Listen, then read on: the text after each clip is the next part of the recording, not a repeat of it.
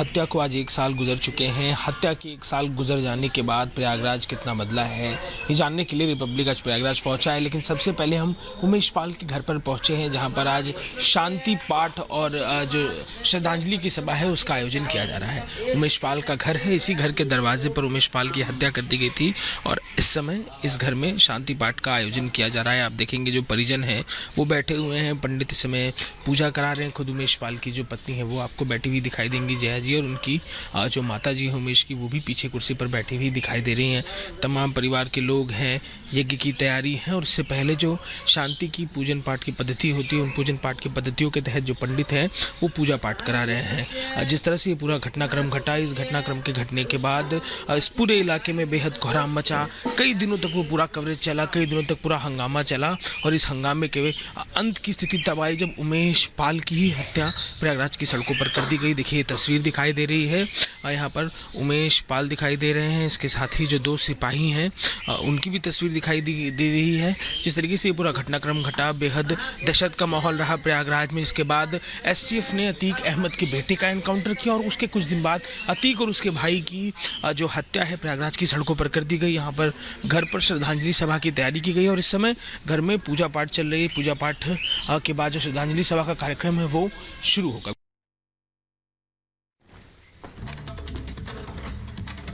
तो प्रयागराज में उमेश पाल की हत्याकांड को 1 साल पूरा हो चुका है। उमेश पाल के परिवार की आंखें अब भी नम है, लेकिन परिवार को इस बात का संतोष है कि योगीराज में उमेश के हत्यारों को मिट्टी में मिलाने का काम किया गया। सीएम योगी ने परिवार को जो वचन दिए थे उसे उन्होंने पूरा किया है। देखिए खास रिपोर्ट।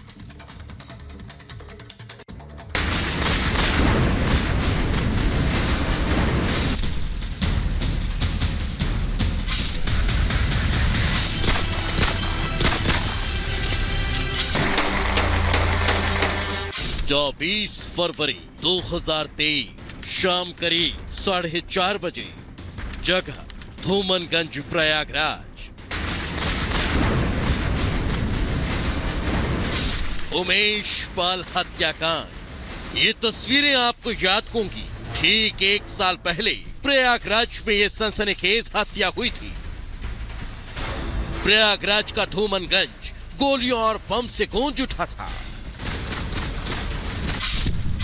पूरा धूमनगंज धुआं हो गया था।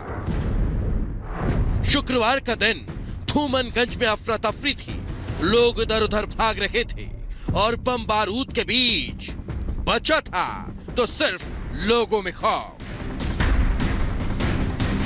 धूमनगंज से उठा धुआं उत्तर प्रदेश विधानसभा तक पहुंचा और फिर इस हत्याकांड ने कैसे यूपी के माफिया को मिट्टी में मिला दिया। इस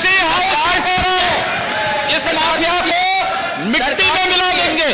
सरकार ये माफिया है, इनको मिट्टी में मिलाने का काम करेंगे।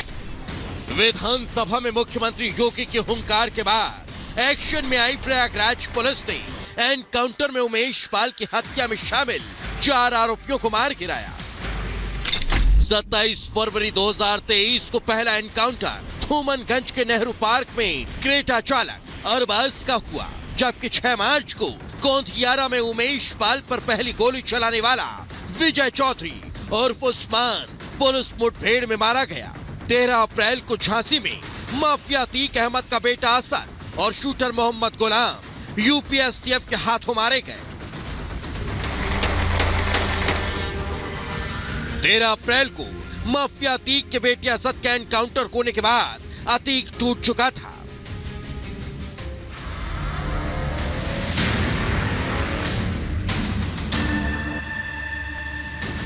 यही वजह है कि जब सुनवाई के लिए अहमदाबाद से प्रयागराज लाया जा रहा था तब अतीक लगभग सरेंडर कर चुका था।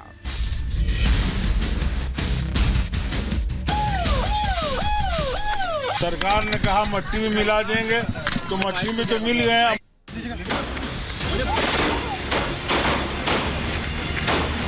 15 अप्रैल 2023 अतीक अहमद और उसके भाई अशरफ को प्रयागराज में अस्पताल के बाहर पत्रकारों के भेष में आए 3 शूटर्स सनी, लवलेश और अरुण ने गोलियों से भून दिया। करीब 18 राउंड गोलियां चली उसमें से आज गोली केवल अतीक अहमद को लगी।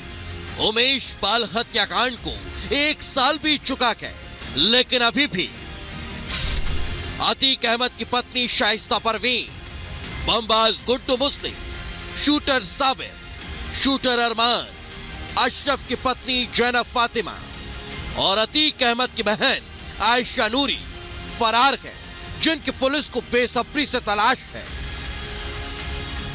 जो कहा है मुख्यमंत्री जी ने, वो अपराधी मारे गए, वो उन्होंने अपना वचन पूरा किया। जो अभी भागे हैं इनको भी वो कड़ी से कड़ी सजा दें। ये है कि आज अगर ये ना मारे गए होते तो मेरे बच्चे और हम लोग भी ना रहते। और उन्होंने जो शासन प्रशासन से इतनी बड़ी सुरक्षा दी है, उससे हम लोगों को बहुत राहत है। और आगे के लिए जो फैसला करेंगे मुख्यमंत्री के ऊपर हमें पूरा भरोसा है। माननीय मुख्यमंत्री जी का और नरेंद्र मोदी जी का मैं दोनों जन का धन्यवाद करूंगी, क्योंकि उन्होंने जो मुझे न्याय दिलवाया है वो किसी भी सरकार में नहीं मिल सकती थी, और जो उन्होंने किया बहुत अच्छा किया। उमेश पाल के परिवार को उम्मीद है जल्द आरोपी गिरफ्तार किए जाएंगे। उत्तर प्रदेश के मुख्यमंत्री योगी के एक्शन का ही नतीजा था कि यूपी में क्राइम रेट में भारी गिरावट दर्ज की गई और एनसीआरबी के मुताबिक यूपी में क्राइम रेट 11.28% तक गिर गया है। बहरहाल उत्तर प्रदेश में बदमाशों और माफियाओं पर नकेल कसी जा रही है। साथ ही उमेश पाल के बाकी बचे कातिलों की तलाश जारी है। Bureau report, Republic Bharat. तो 24 फरवरी 2023 को धूमनगंज इलाके में दिन दहाड़े उमेश पाल पर गोलियां बरसा दी गई थी। आज भी लोग उस खौफनाक वारदात को भूल नहीं पाए हैं। ग्राउंड जीरो से अजय दुबे की रिपोर्ट आपको दिखाते हैं।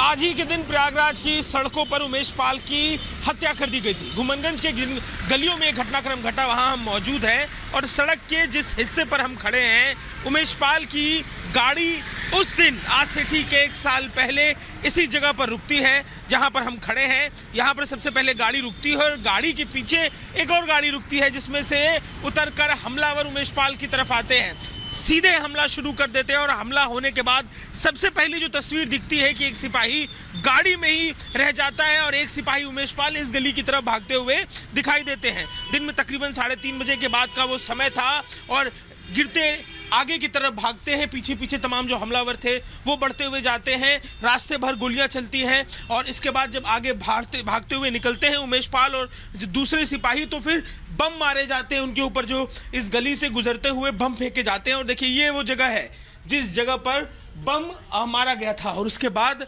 रंग, अब जो बम उस समय जो 1 साल पहले हम यहाँ आया करते थे तो हम देखते थे कि दीवारें बिल्कुल काली थी, रंग उस बम का जो असर था वो दिखाते हुए बना हुआ था। अब जो असर है वो तो कुछ कम हुआ है, लेकिन ठीक इसी जगह पर बम पड़ता है। सीसीटीवी कैमरे में वो बम का शॉट भी दिखता है। देखिए अभी भी वो सीसीटीवी कैमरे लगे हैं जिसके जरिए वो जो बम के विजुअल्स थे, जो शॉट थे जिससे धुंध हो जाती है यहाँ पर, वो दिखाई देता है। और उसके बाद बचाते जान अपनी इस जगह पर आते हैं और उमेश पाल और जो दूसरे सिपाही हैं यहीं पर गिर जाते हैं। उनके ऊपर और गोलियां वो हमलावर चलाते हैं।